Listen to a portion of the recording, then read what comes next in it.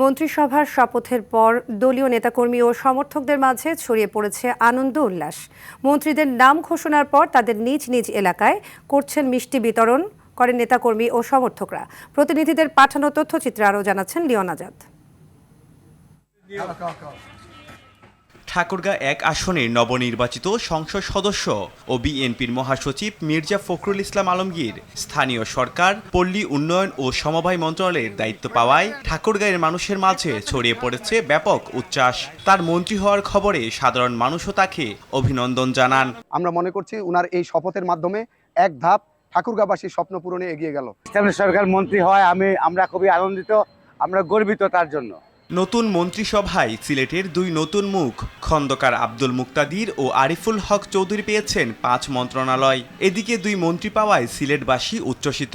বড় পর্দায় মন্ত্রিসভার সদস্যদের শপথ গ্রহণ অনুষ্ঠান দেখতে বন্দর বাজারে ভিড় জমান উৎসুক জনতা।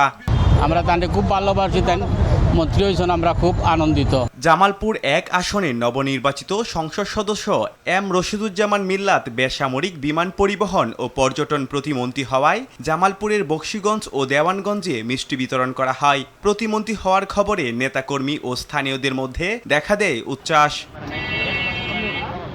পঞ্চগড় ২ আসনে বিএনপির নবনির্বাচিত সংসদ সদস্য আলহাজ ফরহাদ হোসেন আজাদকে পানি সম্পদ মন্ত্রণালয়ের প্রতিমন্ত্রী করায় মিছিল ও মিষ্টি বিতরণ করা হয়।